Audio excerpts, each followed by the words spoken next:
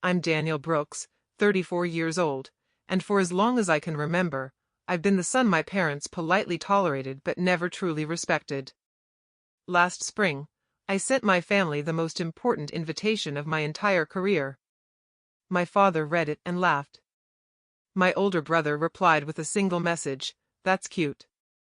My mother didn't respond at all. She just reacted with a thumbs-up emoji to my brother's comment and moved on. I stared at my phone for a long time that night, the blue glow reflecting off my kitchen counter in my tiny Seattle apartment. Then I typed back 3 simple words. No problem. Thanks. But what none of them knew, what they couldn't possibly have imagined, was that 48 hours later, my father would be sitting in a crowded downtown restaurant scrolling through his phone when his face would slowly drain of color. Because on the screen, in front of millions of viewers across the country, was me. Before I continue, if this story resonates with you, take a second to subscribe to Women Reddit Stories. And drop a comment below telling me where you're watching from. I love seeing how far these stories travel. Now let me take you back 3 weeks before that night. Back to the day everything began. The late afternoon rain tapped softly against the windows of Evergreen Middle School as I erased the last line of algebra from the whiteboard. Room 312 had been my world for nearly 9 years. The walls were covered with student projects, colorful posters about fractions, probability charts drawn in bright markers, and a bulletin board filled with thank you notes students had written over the years. Some were messy. Some misspelled half the words. But every single one meant something. Mr. Brooks helped me pass math when I thought I was dumb. You always believed in me. You made math not scary. I packed my laptop into my worn leather bag just as my phone buzzed in my pocket. Mom. I answered. Daniel, honey, she said quickly, her voice distracted. Did you hear the news about Kyle? Kyle. My brother. The golden child. No, I said. What happened? He just closed the biggest real estate deal in his firm's history. A commercial property downtown. $16 million. I smiled despite myself. That's impressive. Tell him congratulations. Oh, we're celebrating Saturday, she said brightly. Your father already reserved a table at La Ventana. Everyone important from Kyle's office will be there. That sounds nice, I said. There was a pause. Well, she continued, I need to call him back before the dinner reservations get finalized. Actually, Mom, I wanted to tell you something. The line went dead. I lowered the phone slowly. On my desk sat a thick envelope I'd been carrying around for 2 days. Heavy cream paper. Official seal. I picked it up again, running my thumb along the embossed lettering. National STEM Excellence Award Committee. Inside was something that almost never happened in my profession. I had been selected as one of 4 finalists in the entire country. The ceremony would take place in Chicago. The U.S. Secretary of Education would attend. And the event would be broadcast live across several major networks. For the first time in my career, the work I'd spent nearly a decade pouring my life into, helping struggling students believe they could succeed in mathematics, was being recognized on a national stage. I leaned back in my chair and looked at the wall of handwritten notes from students. At least someone thought what I did mattered. Because in my family, it never had. 3 years earlier, when I finished my master's degree in education, my parents showed up nearly 2 hours late to the ceremony. They blamed traffic. The next morning, I overheard my mom on the phone with my aunt. We barely made it, she said. But we had to leave early so we wouldn't miss Kyle's firm dinner. He was accepting a business leadership award. They had left my graduation halfway through. They never told me. 2 years ago, on my 32nd birthday, my phone stayed silent the entire day. No call. No message. 3 days later, Mom texted. Oh wow, was your birthday this week? Time flies. Last Christmas, Kyle announced he'd bought his second investment property. Dad opened a bottle of his expensive wine to celebrate. When I mentioned that my students had won a statewide math competition for the first time in school history, Dad nodded absent-mindedly and asked Kyle about his new car. Eventually you learn to stop expecting things. But this envelope. This was different. I opened the family group chat. I stared at the empty message box for a long time. Then I started typing. And deleting. And typing again. The first draft was 3 paragraphs explaining what the award meant. Too desperate. Delete. The second draft was 2 sentences. Too casual. Delete. By the time I reached version 10, I had stripped it down to the essentials. Hi everyone. I wanted to share some news. I've been selected as a finalist for the National STEM Excellence Award. The ceremony is April 18th in Chicago. It would mean a lot if you could be there. I attached the official invitation with all the details. Love. Daniel. I attached the PDF with the official letterhead. The gold seal. The event schedule. My thumb hovered over the send button. For almost a full minute. What if they ignored it? What if they laughed?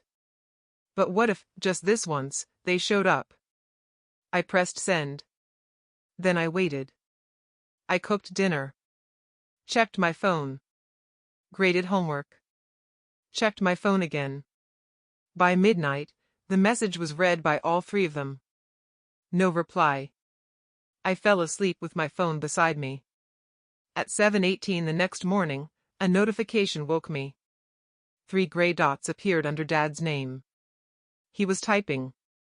The dots disappeared. Then reappeared. Finally a message popped up. 11 words. Just a lowly teacher award. I'm not flying to Chicago for that. I stared at the screen. My chest felt tight. Before I could even process it, Kyle replied. Sorry, little bro. I have a closing that week. Huge deal. Can't reschedule. He added a laughing emoji. I waited. Maybe Mom would say something. Maybe she'd defend me. Maybe she'd say they'd come anyway. Instead, a small notification appeared. Linda Brooks liked Kyle's message. That was it. No congratulations. No encouragement. Just a thumbs up on my brother's rejection. I set the phone down slowly. Then picked it back up. What do you say to people who make it clear you don't matter? I typed 3 words. No problem. Thanks. I turned my phone off. That night I sat alone in my apartment, staring at my framed teaching certificate. My father once called this place a depressing shoebox. Kyle once described it as cute, in a struggling artist kind of way. I laughed quietly to myself. Then my phone rang. Grandma Eleanor. I answered immediately. Danny, she said warmly. I heard about the nomination. I froze. How did you? Oh, sweetheart, she chuckled softly. Word travels quickly in education circles. Then her voice grew gentle. Did you tell your parents? My silence answered the question. Ah, she said quietly. She always understood. Daniel, listen to me carefully, she continued. Did you read the nomination letter thoroughly? Yes. It mentioned the person who nominated you has recommended 5 teachers before, and every one of them won. My heartbeat quickened. How do you know that? Grandma Eleanor had been a school principal for nearly 40 years. Across Oregon and Washington. She had built programs people still talked about decades later. Let's just say, she said softly, I still have friends in the right places. Then she added something that made my stomach tighten with anticipation. Daniel, I'll be at the ceremony in Chicago. Grandma, you don't have to fly all that way. I wouldn't miss it, she interrupted gently. Then she paused. And don't worry about your parents. The truth has a funny way of revealing itself, especially when people least expect it. I stared at my phone after the call ended. What did she mean by that? And why did I suddenly have this strange feeling that something much bigger was about to happen? 2 days before my flight to Chicago, my mother called again. "Daniel," she said, her tone brisk and businesslike. "Your father wants everyone over for dinner Sunday night." I glanced at the suitcase sitting half-packed on my bed. "I'm leaving early Monday morning," I replied. "I still have things to prepare." "It's just dinner," she said quickly. "Kyle has some exciting news." Of course he did. Kyle always had exciting news. New deals. New properties. New promotions.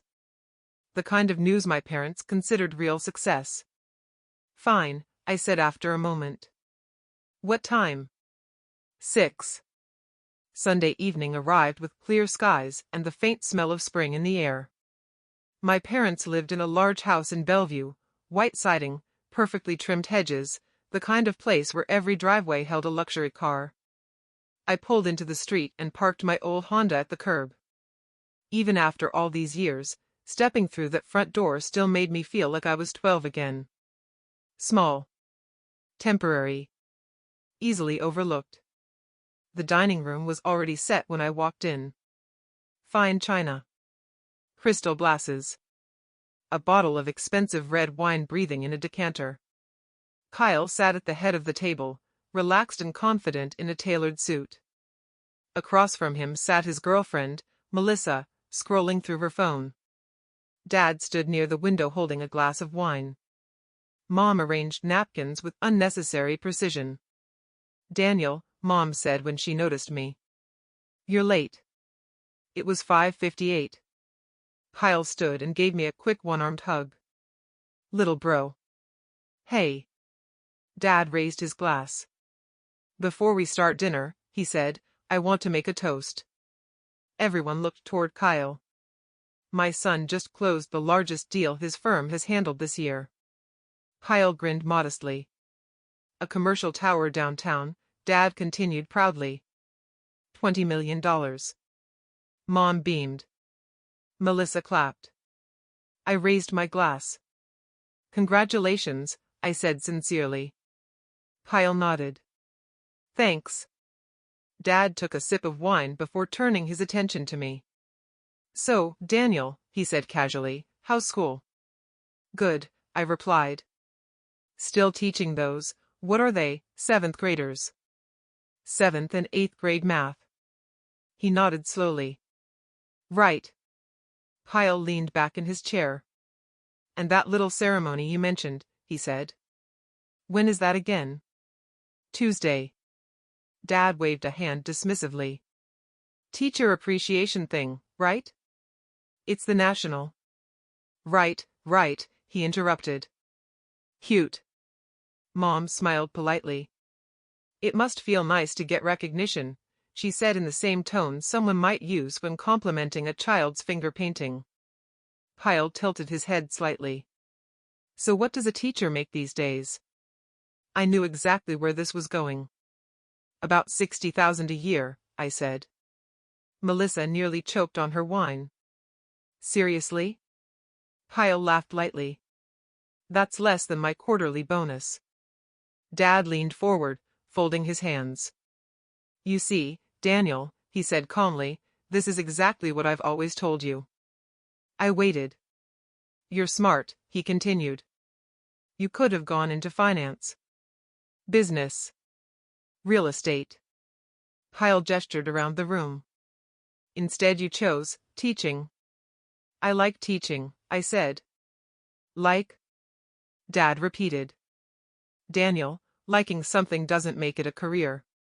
My voice stayed calm. "It is a career." Mom shook her head gently. "But there's no growth," she said. "No future." Kyle shrugged. "Honestly, man, you could still pivot. Plenty of people change careers in their 30s. Melissa chimed in. "My cousin left teaching after 2 years. Now she's doing marketing and makes triple the salary." I took a slow breath. I'm happy where I am. Dad studied me like I'd just said something deeply confusing. You're settling. No, I said quietly. I'm teaching. Kyle chuckled under his breath. Bro, you're helping kids multiply fractions. And some of those kids are going to grow up believing they're not stupid because someone bothered to teach them properly. The table went quiet for a moment. Then Kyle shrugged. Still doesn't pay much. Dad nodded. You're capable of more. I set my fork down. I never said I wasn't. Mom frowned. Then why waste it? For a second, no one spoke. Then something unexpected happened. Melissa's phone buzzed. She glanced down and raised an eyebrow.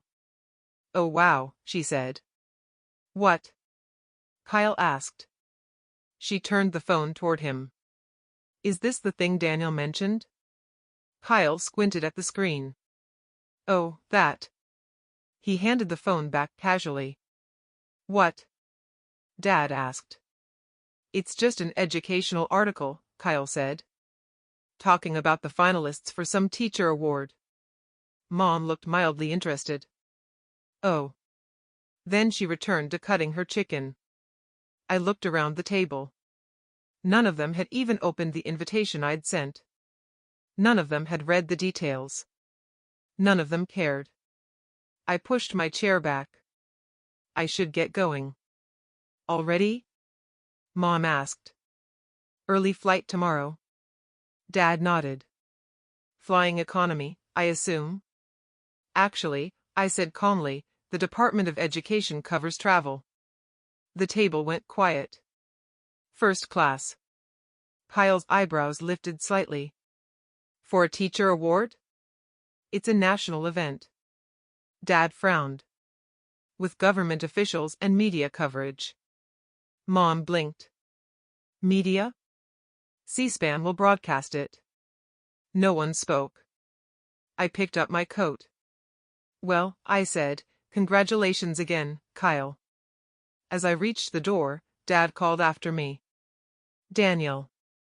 I turned. Yes? He shook his head slowly. I just wish you'd chosen something bigger. I smiled faintly. I did. Then I walked out into the cool evening air. The drive back to Seattle was quiet. No radio. Just the steady hum of tires on asphalt. At a stoplight, my phone buzzed with a new email. From NBC Education Desk. Subject, Interview Request, National STEM Excellence Finalist. I read it twice. Then a third time. They wanted a short interview Monday afternoon in Chicago before the ceremony. Apparently my nomination had generated considerable interest. I leaned back in my seat. My family thought I was attending some minor teacher appreciation event. They had no idea. And for the first time, I realized something. I didn't want to tell them. Let them discover it themselves. Sometimes the truth hits harder when people find it unexpectedly. Monday morning arrived quickly. My suitcase waited by the door. Inside were 2 pressed suits, my speech notes, and the invitation that had changed everything. Just as I locked my apartment, my phone rang. Principal Martinez. Daniel, she said warmly. I wanted to catch you before your flight. Hi. The entire school is rooting for you, she said. We're setting up a watch party in the gym. You don't have to do that. Oh yes we do, she replied. Evergreen Middle School has never had a national finalist before. She paused. Do you know who nominated you? The letter said they wished to remain anonymous. Well, she said thoughtfully, the person who submitted your name is influential. How influential? Let's just say the committee takes their recommendations very seriously. My heart started beating faster. Do you know who it was? I have a strong suspicion, she said. And? She spent 40 years running schools in the Pacific Northwest. Built programs that changed entire districts. I gripped the phone. Grandma Eleanor. Martinez chuckled softly. She's a legend. I smiled. Suddenly everything made sense. Daniel, she added gently, your family might not understand what you've built. But your students do. And that's what matters. The call ended. A moment later, my phone buzzed again. A text from Grandma. Safe travels, sweetheart. Can't wait to see you tomorrow. Then another message appeared. I invited a few old friends to the ceremony. Old friends? I stared at the text. Something about that phrase made me uneasy. And excited. What exactly was my grandmother planning? The flight from Seattle to Chicago felt strangely unreal. I had flown before, but never like this. The Department of Education had booked everything, first class, priority boarding, even a car waiting at the airport. When the flight attendant addressed me as Mr. Brooks, it took a moment to realize she was talking to me. I wasn't used to being treated like someone important. I spent most of the flight staring out the window at endless clouds, trying to rehearse my speech without sounding rehearsed. Every time I practiced it in my head, the same thought crept back in. My parents think this is a meaningless ceremony. I wondered what they were doing right now. Probably helping Kyle prepare for his next deal. Probably telling their friends how successful their son was. I closed my eyes. And for the first time in a long while, I felt oddly calm. Because for once, their opinion didn't control the outcome. When the plane landed at O'Hare, a driver stood near the baggage claim holding a small sign. Daniel Brooks. I approached cautiously. That's me. Welcome to Chicago, Mr. Brooks, he said politely, taking my suitcase. A black sedan waited outside. As we drove through downtown, the city skyline rose around us, glass towers reflecting the afternoon sun. 15 minutes later we stopped in front of the Palmer House Hilton, a historic hotel that looked more like a palace than somewhere someone like me should be staying. Inside, the lobby glowed with golden chandeliers and polished marble floors. The front desk attendant greeted me with a warm smile. Mr. Brooks, welcome. Your suite is ready. Suite. Not room. Suite. I blinked. Thank you. The elevator ride felt like floating. When the door opened, I stepped into a space larger than my entire apartment. A living area. A bedroom. A view of downtown Chicago stretching across the horizon. I stood there quietly for a moment. 9 years of teaching math in a public middle school. 9 years of grading homework late into the night. 9 years of trying to convince kids who thought they were bad at math that they weren't stupid. And somehow, it had brought me here. The reception for the finalists began that evening. 4 of us stood near a long table covered in appetizers and sparkling water. Priya Patel from Illinois. A physics teacher who had built a robotics program in an underfunded district. Marcus Rivera from Texas. A math teacher who had designed an innovative tutoring system for struggling students. Sarah Whitmore from Maine. An elementary teacher who specialized in helping children with learning disabilities. And me. Daniel Brooks from Washington. We all looked slightly overwhelmed. This place is insane, Marcus said quietly, glancing around the ballroom. Crystal chandeliers sparkled overhead. Government officials mingled near the stage. Cameras moved slowly around the room. Priya laughed nervously. Yesterday I was grading homework at my kitchen table. Sarah nodded. And now we're here.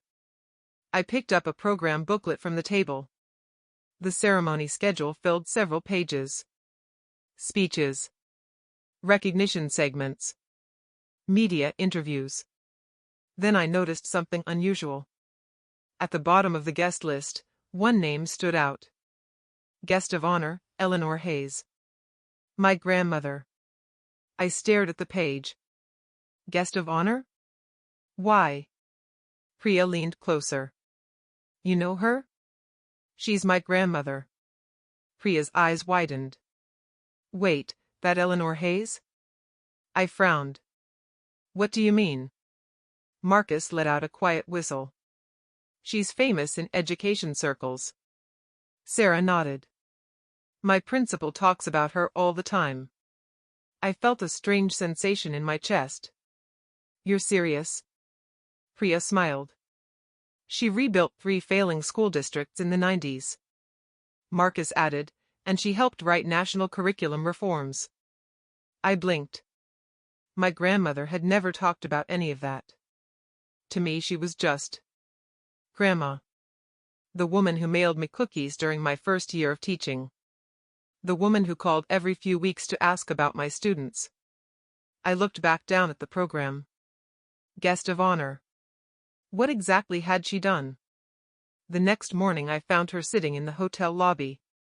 She sat in a tall leather chair near a sunlit window, reading a newspaper. At 82, she still carried herself with quiet authority.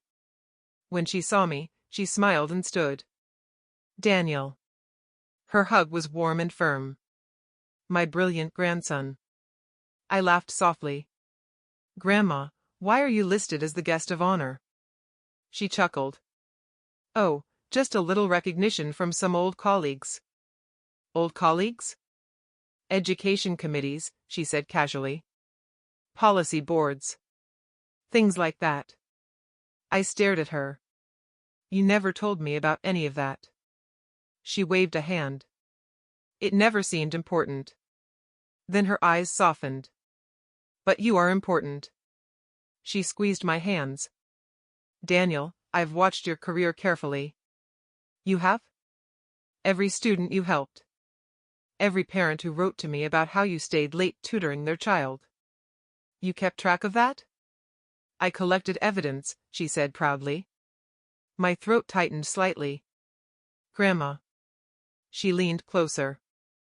I wanted to nominate you 3 years ago. Why didn't you? You weren't ready yet. I blinked. What changed? You found your confidence, she said. And you stopped teaching math like it was just a subject. You started teaching it like it was a way to change lives. I looked down. Then she added something that made my pulse quicken. Tonight, during the ceremony, each finalist will hear from a former student. A former student? Yes. She smiled. I arranged for one of yours to speak. My mind raced. Who? You'll see. She winked. And Daniel? Yes. Don't worry about your parents. Her tone held quiet certainty. They'll see everything tonight. I frowned slightly. What do you mean? The ceremony will be broadcast nationwide. I know. She smiled knowingly. And people have a way of paying attention when something extraordinary happens. While I prepared in Chicago, 3,000 miles away in Bellevue, Washington, my brother Kyle was having lunch. I didn't know this until later. But screenshots from that lunch would eventually spread across social media. Kyle had chosen a restaurant called the Harbor Room, one of the most exclusive spots in Seattle. His companions were 3 real estate developers from competing firms. They talked deals, properties, market projections. At one point, one of them glanced at her phone. Hey, she said. Isn't your brother a teacher? Kyle shrugged. Yeah. She turned the screen toward him. There's an article about a National Education Award tonight.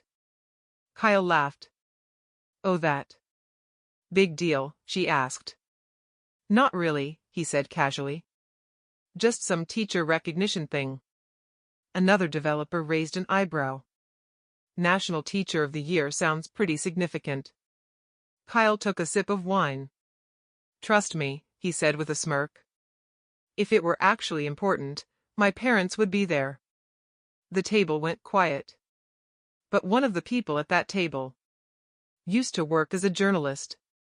And she was listening very carefully. That evening, 7:12 p.m. The grand ballroom at the Palmer House filled with nearly 2,000 guests. Rows of round tables stretched across the massive hall. American flags stood on either side of the stage. Television cameras glided quietly into position. I stood behind the curtain, heart pounding. A production assistant adjusted a microphone on my jacket. "Mr. Brooks, you'll enter from stage right when they call your name." I nodded. Through a small gap in the curtain, I spotted my grandmother seated in the front row, right behind a placard that read, "Guest of Honor." She caught my eye and smiled proudly. My phone buzzed. A text from her. "Your parents will see tonight what I've always known."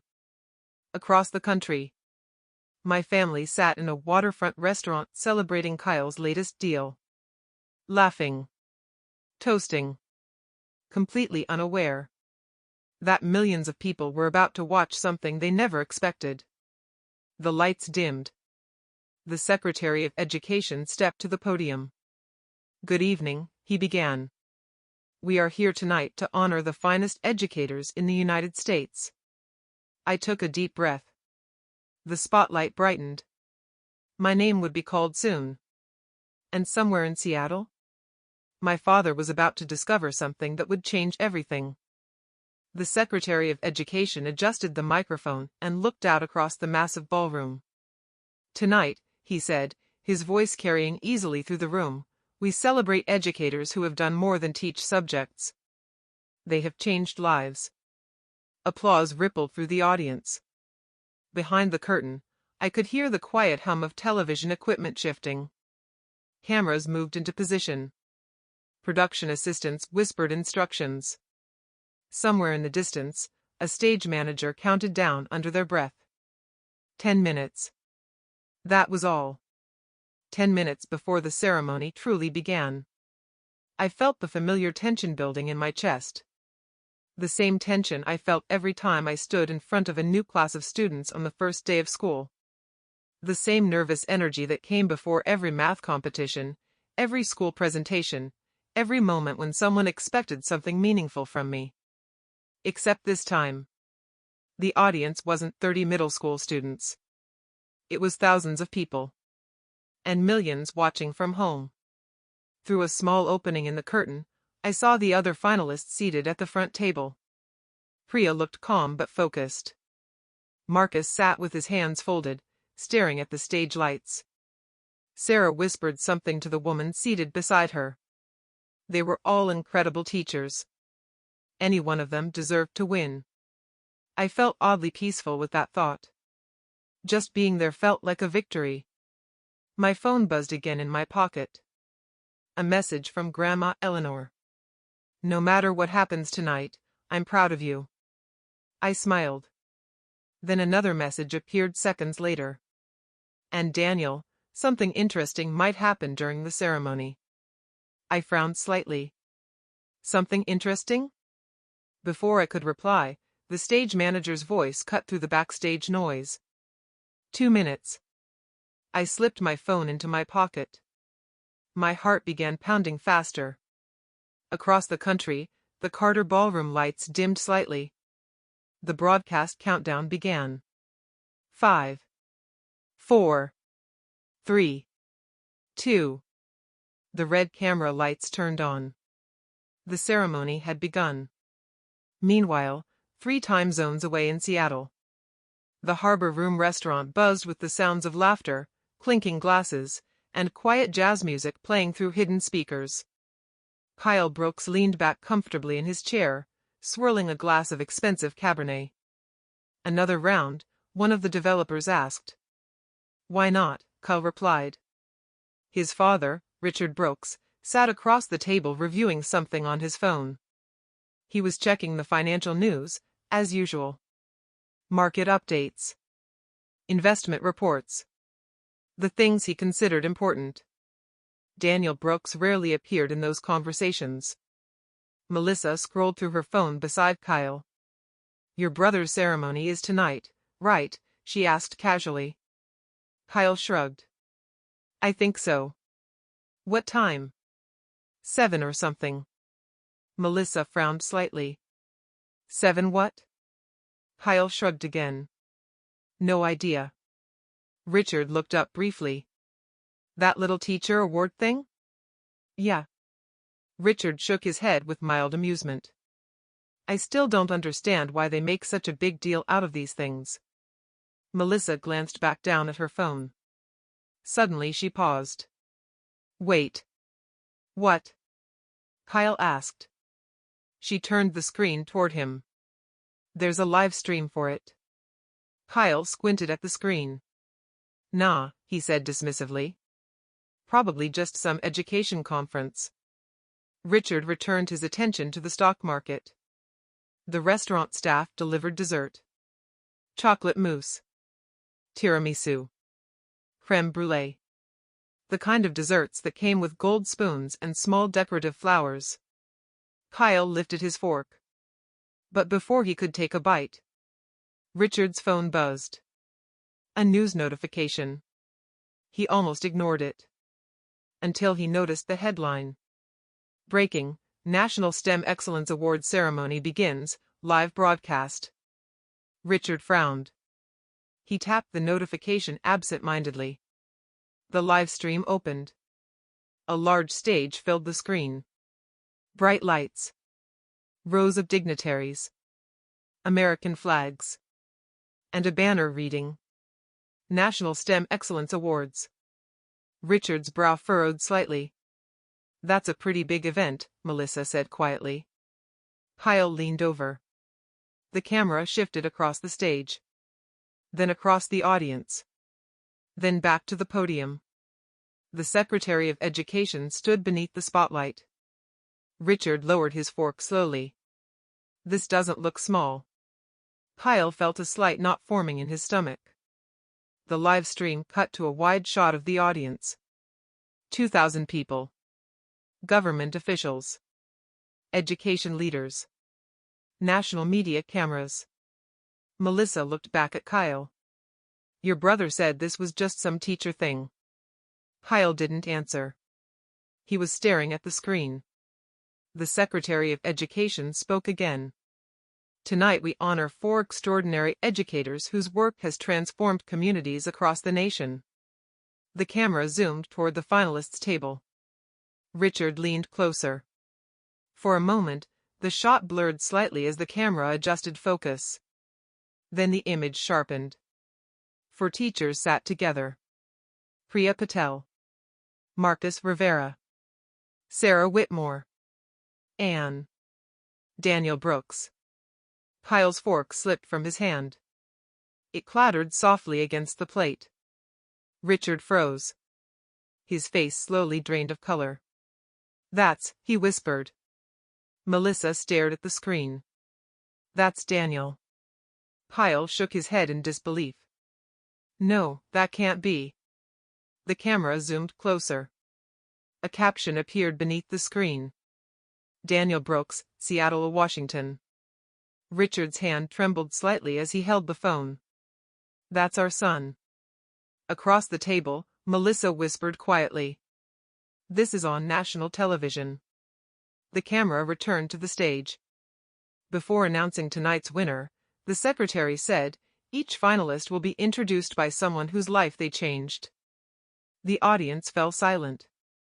Please welcome Daniel Brooks, former student. I stood backstage, my heart racing. Former student? Grandma had mentioned something about that. But she hadn't told me who it was. The announcer continued. Dr. Aaron Mitchell. My breath caught. Aaron? The curtain opened slightly. A tall man stepped onto the stage wearing a dark suit. An ID badge hung from his pocket. The screen behind him displayed his name. Dr. Aaron Mitchell. Neurosurgeon, Mayo Clinic. My mind flooded with memories. Aaron Mitchell. The quiet boy who sat in the back of my class 8 years ago. The one who nearly dropped out because he believed he wasn't smart enough. The one who stayed after school every day for tutoring. The one who once told me he planned to quit school and work construction. And now, he stood on a national stage. A neurosurgeon. Aaron adjusted the microphone. The room fell silent. When I was 14 years old, He began slowly. I believed I was stupid. The audience listened carefully. My father had just passed away. My grades were terrible. And I was convinced I would never amount to anything. He paused. Then looked toward the finalists' table. Then I walked into Mr. Brooks' classroom. My chest tightened. Aaron continued. He didn't treat me like I was broken. He treated me like I was capable. The audience leaned forward. He stayed after school with me 3 days a week for an entire year. He bought me my first graphing calculator when I couldn't afford one. He told me something I had never heard before. Aaron looked directly toward the camera. You are not stupid. My eyes filled with tears. Aaron smiled softly. Today I perform brain surgery. A quiet wave of astonishment moved through the audience. I save lives because one teacher refused to let me give up. The room exploded with applause. 2,000 people stood. Clapping. Cheering. Cameras turned toward the finalists' table. And somewhere in Seattle, Richard Brooks sat frozen in his chair, staring at the screen. The applause in the ballroom rolled like thunder. 2,000 people stood on their feet. Clapping. Cheering. Some wiping tears from their eyes. I sat frozen at the finalists' table. My hands trembled slightly in my lap as Aaron stepped away from the microphone. 8 years ago he had been a quiet, nervous teenager who barely spoke above a whisper. Now he stood confidently on a national stage. A neurosurgeon. Saving lives. And somehow, he was thanking me. Aaron glanced in my direction one last time. He smiled. Then mouthed 2 words. Thank you. My throat tightened. No. Thank you. Thank you for proving that every extra hour after school, every late night grading homework, every moment spent refusing to give up on a struggling student, had meant something. The Secretary of Education returned to the podium, holding a cream-colored envelope. The selection committee reviewed hundreds of nominations from across the United States, he said. The 4 finalists you've seen tonight represent the very best our nation has to offer. The room quieted. At our table, Priya reached over and squeezed my hand. Marcus closed his eyes for a moment. Sarah exhaled slowly. My heart pounded against my ribs. And now, the secretary continued, raising the envelope slightly, it is my honor to announce the recipient of the 2025 National STEM Excellence Award. The envelope opened. Paper slid free. A pause. 2,000 people held their breath. The winner is... Silence filled the ballroom. Daniel Brooks of Seattle, Washington. For a moment I didn't move. Didn't breathe. Didn't even fully understand what I had heard. Then Priya laughed through tears and nudged me hard. Go. Marcus clapped my shoulder. That's you. Sarah hugged me quickly. The ballroom erupted. Applause thundered through the massive room. I stood slowly. Every step toward the stage felt unreal. The bright stage lights blurred the audience into a sea of faces. Somewhere in the front row I saw Grandma Eleanor. She was crying. Not quietly. Openly. Joyfully. The secretary shook my hand firmly. Congratulations, Mr. Brooks. Flashbulbs exploded around us. Cameras zoomed in. A crystal trophy was placed carefully into my hands. It felt heavier than I expected. Not physically. Emotionally. I turned toward the microphone. The teleprompter lit up with the speech I had carefully written the night before. Safe words. Safe gratitude. Safe statistics about education. I glanced at it. Then looked away. Instead, I looked directly at the audience. Growing up, I began slowly. I was told something a lot of teachers hear. The room fell silent. That teaching wasn't a real career. A few murmurs moved through the crowd. That success meant money. Status. prestige. I paused. And teachers were just people who couldn't make it anywhere else. Across the ballroom, I saw several educators nod quietly. But tonight, I continued, I stand here because one person refused to believe that. My eyes found my grandmother. Grandma Eleanor Hayes. The cameras swung toward her. She placed a hand over her heart. Grandma, I said softly, you spent your entire life showing people that education changes everything. You showed me that success isn't measured by salary. It's measured by impact. I lifted the trophy slightly. Every student who learns they're capable. Every kid who discovers they're not stupid. Every life that changes direction because someone believed in them. The room remained silent. Listening. To every teacher watching tonight, I continued, your work matters. Your patience matters. Your sacrifice matters. Students may forget the formulas you teach. But they never forget how you made them feel about themselves. I paused. And then added quietly. And to anyone who has ever been told they chose the wrong path. Don't listen. Find the people who believe in you. And keep going. The applause began slowly. Then built. Then roared. A standing ovation. 3 full minutes of it. I stepped away from the podium, still stunned. Somewhere backstage, a production assistant handed me a bottle of water. Congratulations, she said. I nodded numbly. Across the country, in Seattle, the Harbor Room restaurant had gone completely silent. Richard Brooks sat rigidly in his chair.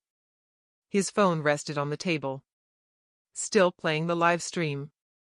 Daniel stood on the screen holding the trophy. The caption beneath the broadcast read, Daniel Brooks, National STEM Excellence Award winner. Kyle stared at the phone. His face pale. Melissa whispered quietly, oh my God. Richard didn't move. Didn't blink. Didn't speak. The words Daniel had just said echoed in his mind. Teaching wasn't a real career. The people at nearby tables had noticed the silence. One of them leaned over slightly. Excuse me, she said politely. Richard looked up slowly. The woman pointed at the phone. Is that your son? Richard opened his mouth. But no words came out. Kyle cleared his throat awkwardly. Yes, he said quietly. The woman smiled warmly. You must be incredibly proud. Kyle forced a small smile. Yeah. The woman glanced between them. Her expression shifted slightly. Why aren't you there? No one answered. She frowned gently. Chicago isn't that far from Seattle. Still silence. Then understanding slowly crossed her face. Oh, she said softly. I see. She turned and walked back to her table. Kyle stared at his untouched dessert. The restaurant noise slowly returned around them. But at their table, the silence remained. Richard finally picked up his phone again. The live stream continued. Daniel was now surrounded by reporters and education officials congratulating him. A headline appeared across the bottom of the broadcast. Teacher from Seattle wins nation's highest STEM education award. Richard's fingers tightened around the phone. For the first time in his life, he realized something. His son had never been the unsuccessful one. He had simply been the one they never bothered to understand. The ceremony ended nearly 2 hours later. The ballroom slowly emptied as guests drifted toward the reception hall, where waiters carried trays of champagne and small plates of desserts. Everywhere I turned, someone was shaking my hand.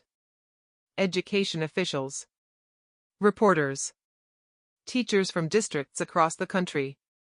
Your speech was incredible. My daughter struggles with math.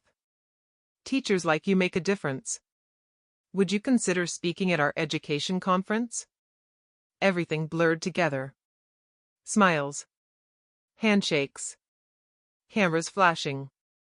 At one point a journalist from NBC asked, What inspired you to become a teacher? I answered honestly. A teacher once believed in me. That felt like the simplest explanation. But the moment I stepped away from the crowd and into a quieter corner of the reception hall, the adrenaline began to fade. The trophy felt heavy in my hands again. Not like a burden. More like the weight of something I had spent years carrying without realizing it. Validation. I finally understood that word in a way I never had before. A familiar voice interrupted my thoughts. Mr. Brooks. I turned. Grandma Eleanor stood behind me, her eyes still glistening with tears. For a moment neither of us spoke. Then she pulled me into a tight hug. My boy, she whispered. I laughed quietly. You knew, didn't you? She stepped back and studied my face. I suspected. You suspected? I said with a small grin. You nominated me. Yes, she admitted. But the committee decides the winner. I shook my head slightly. You weren't nervous? Oh, I was nervous, she said. But I also know the difference between good teachers and extraordinary ones. I felt my face warm slightly. You've always believed in me. Of course I have, she said gently. I've watched you build something meaningful. She gestured toward the ballroom. And tonight the world saw it too. For a moment we stood side by side watching the reception. Teachers laughing. Officials talking. Students hugging their former mentors. Grandma spoke again after a moment. Have your parents called yet? I pulled my phone from my pocket. The screen lit up instantly. Dozens of notifications. Missed calls. Voicemails. Text messages. Most of them from one number. Dad. Mom. Kyle. I flipped the phone over and placed it back on the table. Not tonight, I said quietly. Grandma nodded. That's fair. I exhaled slowly. I wanted them to show up once. I know, she said softly.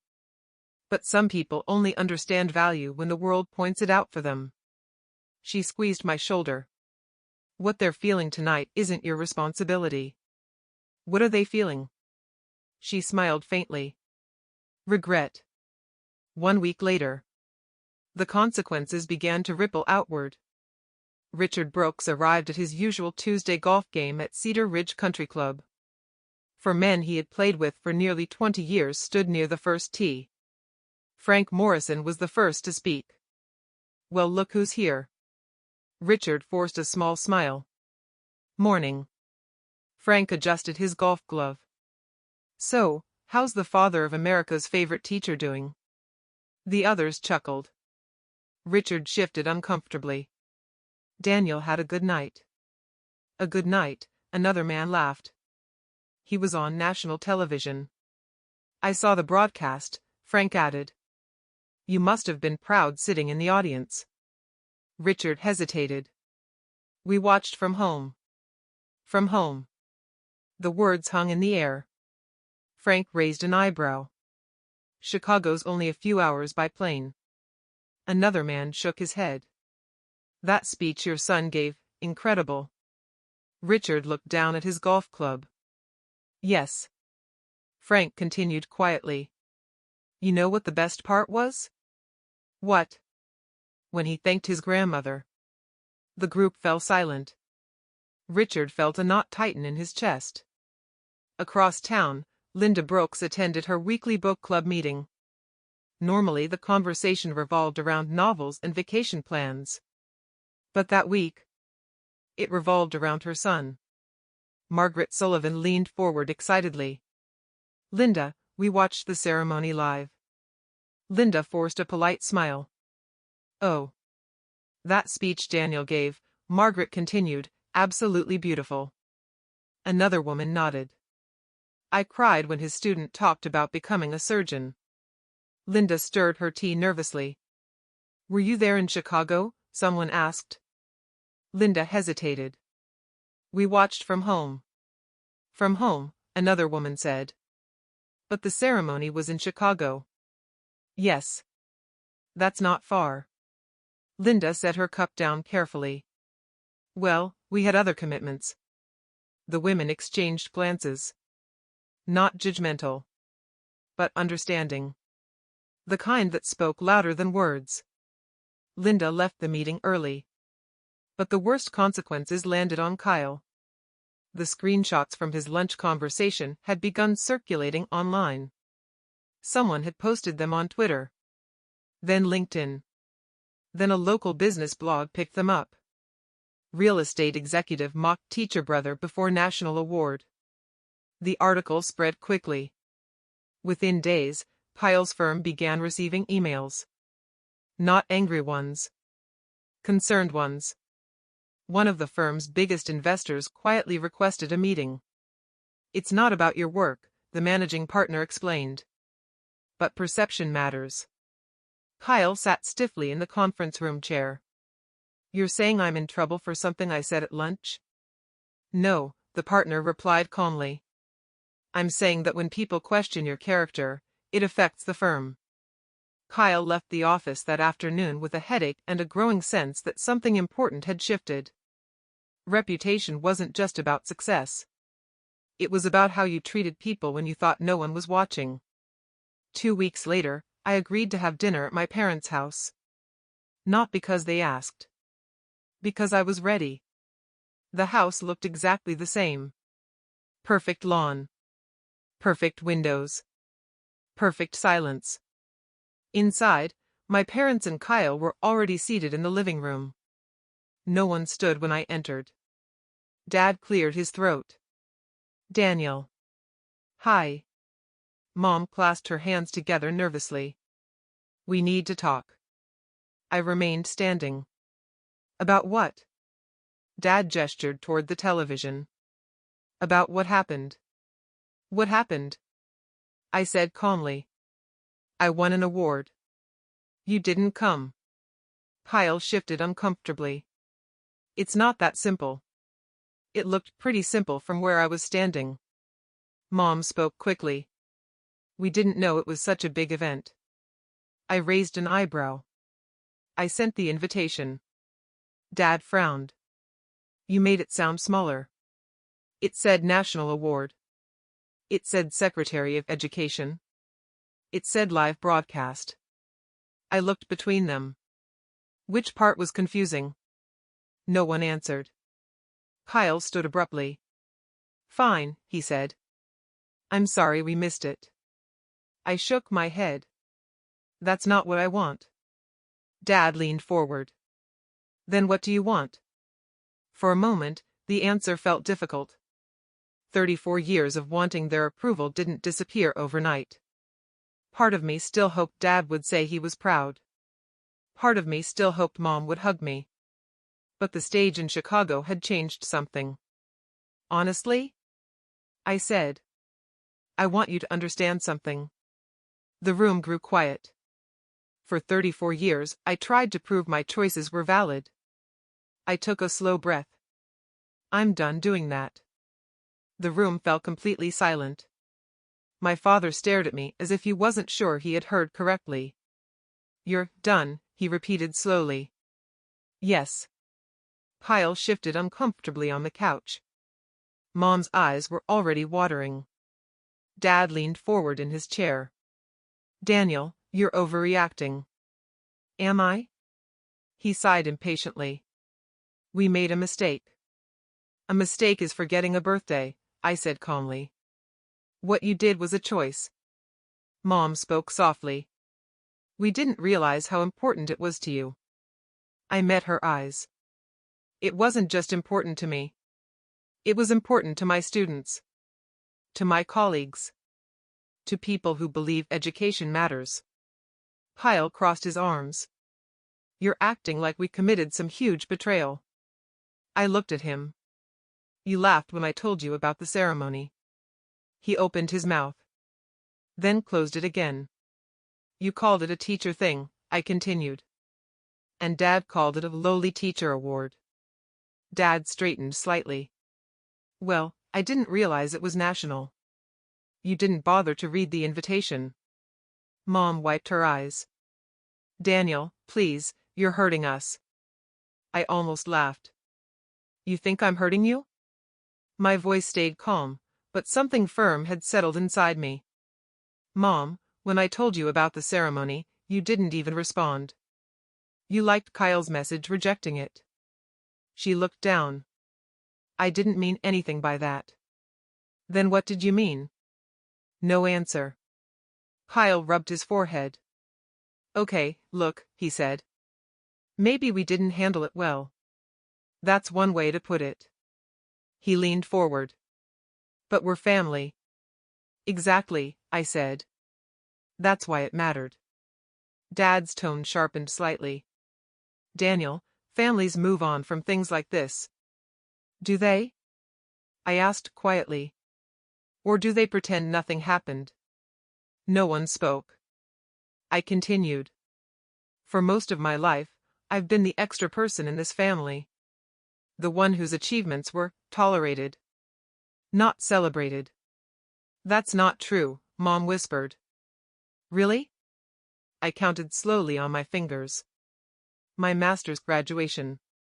Left early. My birthday 2 years ago. Forgotten. The state math championship my students won. Barely acknowledged. Dad shifted in his chair.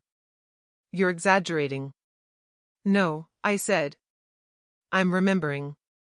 The silence that followed felt heavy. Finally Dad stood up. Enough. He walked toward the window and folded his arms. You're making this into something bigger than it is. No, I said calmly. I'm just finally saying it out loud. Mom looked between us anxiously. Daniel, what do you want from us? I took a slow breath. I want something simple. They waited. Respect. Kyle rolled his eyes slightly. You're giving us rules now? I'm giving myself boundaries. Dad turned around sharply. You can't talk to your parents like that. I can. And I am. For the first time, my voice carried a confidence I had never used in this house before. You spent my entire life teaching me that my worth depended on your approval. I met his eyes directly. It doesn't. Mom began crying quietly. Daniel, we love you. I believe you do. But love without respect doesn't feel like love. The words hung in the air. Kyle looked down at the floor. Dad said nothing. I picked up my coat from the chair. Where are you going? Mom asked. Home. We're not finished, Dad said. Yes, I replied gently. We are. I paused near the door. For the first time in my life, I'm not asking you to approve of my choices. I'm simply living with them. Mom wiped her eyes again. Does this mean you're cutting us out of your life? No. I shook my head. But things will be different. Dad frowned. How? I'll visit when I feel welcome. I'll answer calls when I want to talk. I'll attend family events when I'm treated like I belong there. Kyle scoffed. So you're punishing us? No, I said calmly. I'm protecting myself. The room fell silent again. I opened the front door. Cool evening air drifted inside. Before stepping out, I turned back once more. I hope we can have a healthier relationship someday. But that depends on you. Then I stepped outside. And closed the door. 6 months later. Spring sunlight filled the windows of my new apartment. A 2-bedroom condo overlooking Lake Union. The award had come with prize money I never expected. Enough for a down payment. Enough for a fresh start. My kitchen table was covered with lesson plans. Coffee steamed beside my laptop. On the wall hung a framed photograph from Chicago. Grandma Eleanor and me standing together on stage. Both of us crying and laughing at the same time. My phone buzzed. A text message. Aaron. Matched into neurosurgery fellowship at Johns Hopkins. Couldn't have done it without you. I smiled. Proud of you. Another message appeared seconds later. Your class changed my life. I leaned back in my chair and stared out the window for a moment. That feeling returned again. The quiet satisfaction of knowing the work mattered. Next week I would be speaking at the National Education Association conference. 3,000 teachers. All gathered to talk about the future of education. Last month, I visited Washington, D.C. for the White House recognition ceremony for national educators. The president shook my hand in the Rose Garden. Thank you for what you do, he said. I wondered briefly if my father had watched that broadcast too. My phone buzzed again. Another message. From Dad. I hadn't blocked their numbers. But I answered only when I felt ready. This time it wasn't a text. It was a photo. A picture of a handwritten letter. I opened it. Daniel. I was wrong. About teaching. About success. About you. I don't expect forgiveness right away. But I wanted you to know that I'm proud of the man you became. Dad. I read it twice. Then set the phone down quietly. 6 months earlier. That letter would have meant everything. Now it felt different. Not meaningless. Just peaceful. I would respond eventually. When I was ready. On my terms. Outside the window, cherry blossoms drifted gently through the spring air. New beginnings. Teachers understood that better than anyone. Every year. Every classroom. Every student. Another chance to plant a seed that might bloom years later. I thought about that night in Chicago. The moment my father saw me on national television. The moment the truth finally reached him. But here's what I realized afterward. I didn't need that moment. I already knew my worth. Sometimes the people closest to us are the last ones to see who we really are. Sometimes they never do. And that has to be okay. Because the people whose lives you change, they see you clearly. And that's enough. If this story meant something to you, make sure you subscribe to Women Reddit Stories so you don't miss the next one. And tell me in the comments. Have you ever had a moment where someone finally realized your value after underestimating you? I read every comment. And I'll see you in the next story.